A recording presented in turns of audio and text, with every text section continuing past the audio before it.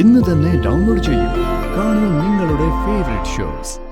ആ മന്ത്രി കസേരയിൽ ഇരിക്കേണ്ടതേ ഞാനായിരുന്നു. അന്നു മുതൽ തുടങ്ങിയതാ എനിക്ക് അവനോടുള്ള പ്രതികാരം. അവന്റെ കുടുംബം ഞാൻ തകർത്തു. ഇനി രണ്ട് ലക്ഷ്യങ്ങൾ, അതേ എനിക്കുള്ളൂ.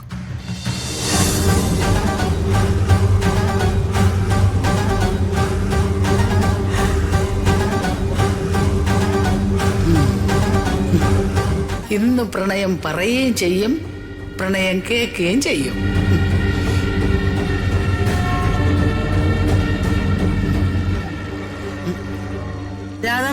രാധമ്മ പാത്രം കഴിക്കോ? ഞാൻ പോണു കേട്ടാ.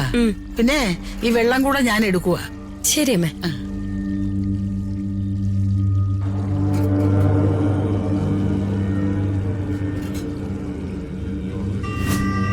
ദിനം പ്രതി ഓരോ പാരകൾ കണ്ടുപിടിച്ച് ചെയ്താ മതി.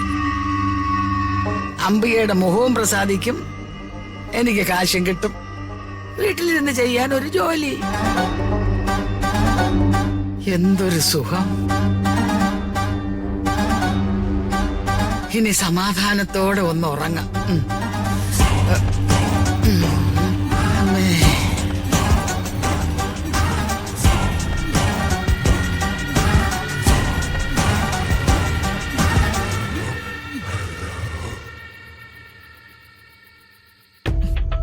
ഞാൻ നിന്നോട് പലവട്ടം പറഞ്ഞിട്ടുള്ളതാ, മറ്റുള്ളവരെ കൊണ്ട് പറയിപ്പിക്കാനായിട്ട് കണ്ട പെമ്പിളരെ പുറകെ നടക്കരുതെന്ന്. അമ്മേ, അയാള് പറയുന്ന പോലെ അല്ല കാര്യങ്ങള്.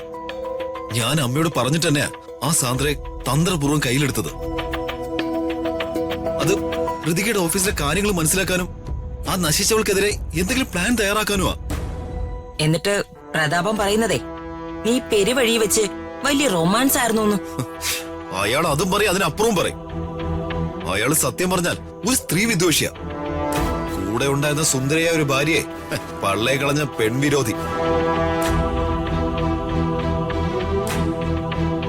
സ്ത്രീകളോടൊന്ന് അടുത്തു നിന്ന് വർത്തമാനം പറഞ്ഞ അതിലെ അവിഹിതം കണ്ടെത്തുന്ന ഒരു യൂസ്ലെസ് അയാള്. ഇയാളെയൊക്കെ പിടിച്ച് മന്ത്രിയാക്കിയവന്റെ തലക്കെട്ടടിക്കണം. അപ്പോ പ്രതാപം പറഞ്ഞത് നോണയാണെന്നാണ് നീ പറയുന്നത്? പിന്നെ സാന്ദ്രയെ കയ്യിലെടുക്കാൻ പെണ്ണുങ്ങളോട് കാണിക്കേണ്ട ചില സൈക്കോളജിയൊക്കെ ഞാൻ പ്രയോഗിച്ചു എന്നുള്ളത് സത്യം. അതിന് ഇങ്ങനെയൊക്കെ പറയേണ്ട കാര്യമുണ്ടോ? അവരുടെ വിചാരണയിൽ നിന്ന് രക്ഷപ്പെടാൻ ഞാൻ നിന്നെ തല്ലാം. നിന്റെ കരണത്തിലിട്ട് ഞാൻ അടിക്കുന്ന ഓരോ അടിയും എന്റെ ഹൃദയത്തിലാ കൊള്ളുന്നേ. അതറിയോ നിനക്ക്? അതൊന്നും സാരമില്ല അമ്മേ. അമ്മ എന്നെ തല്ലുമ്പോ എനിക്ക് അങ്ങനെയൊന്നും വേദനിക്കാറില്ല. സോറി മോനെ. പോട്ടെ അമ്മേ, അമ്മ വിഷമിക്കണ്ട.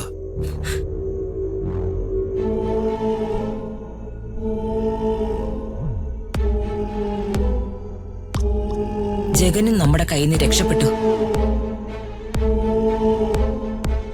ഇനി ഒന്നും വൈകിക്കേണ്ടെന്നാ എന്റെ ആലോചന. ഞാനേ ചില പ്ലാനുകൾ തയ്യാറാക്കിക്കൊണ്ടിരിക്കുക. അല്ല, എന്തൊക്കെ പ്ലാനുകളാ അമ്മേ തയ്യാറാക്കിക്കൊണ്ടിരിക്കുന്നത്?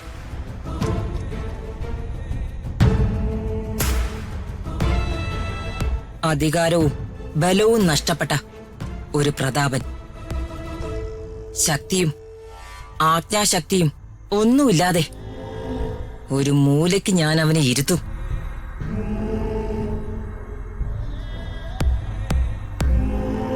എന്റെ സ്വപ്നങ്ങളും സങ്കല്പങ്ങളും ഒക്കെ തകർത്തത് അവനാ.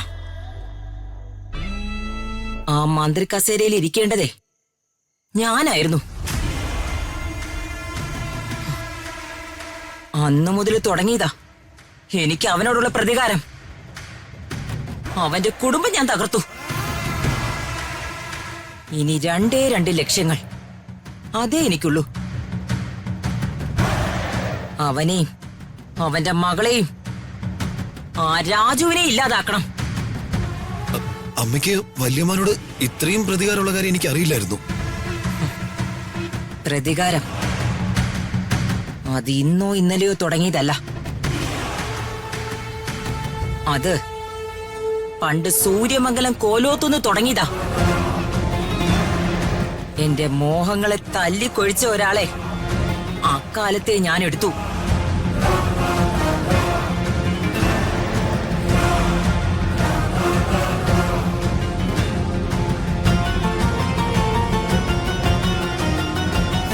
ഈ നിയോജക മണ്ഡലത്തിൽ സാറ് സീറ്റ് തന്ന് എന്നെ മത്സരിപ്പിക്കുമെന്നും എന്നെ ജയിപ്പിക്കുമെന്നും ഞാൻ കരുതി. എന്റെ ആ ആഗ്രഹമാ താങ്കൾ തല്ലിക്കെടുത്തിയത്.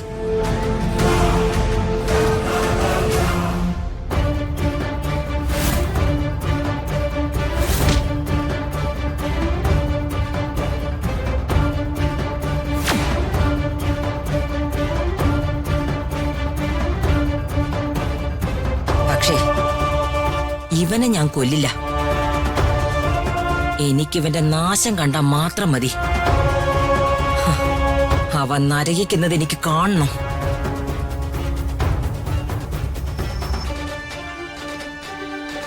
എന്നാൽ എനിക്കങ്ങനെയല്ല.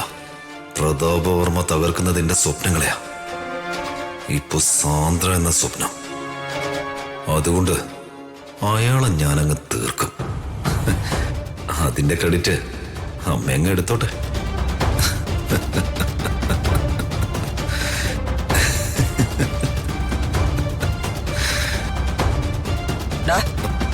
നീ എന്താടാ ഇങ്ങനെ നിന്ന് ചിരിക്കുന്നേ? എന്റെ ചില ഭാവി സ്വപ്നങ്ങളെ കുറിച്ച് ഓർത്ത് ഞാനൊന്ന് ചിരിച്ചതാ അമ്മേ. അമ്മയ്ക്ക് കൂടി പ്രയോജനമുള്ള ഒരു സ്വപ്ന. ഞാനതേ പിന്നെ പറയാം.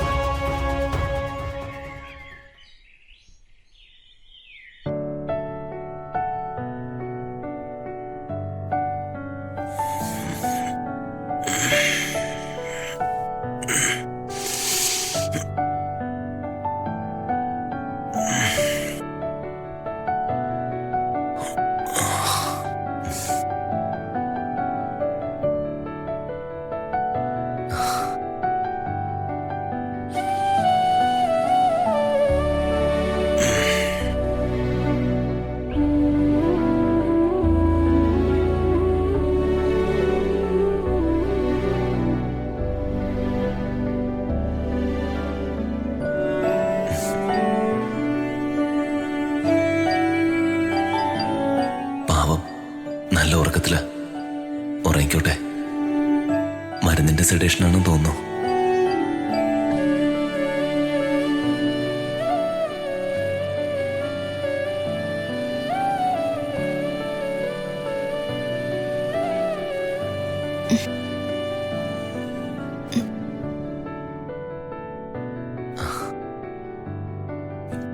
ക്ഷീണമാണെങ്കിൽ കിടന്നോളൂ.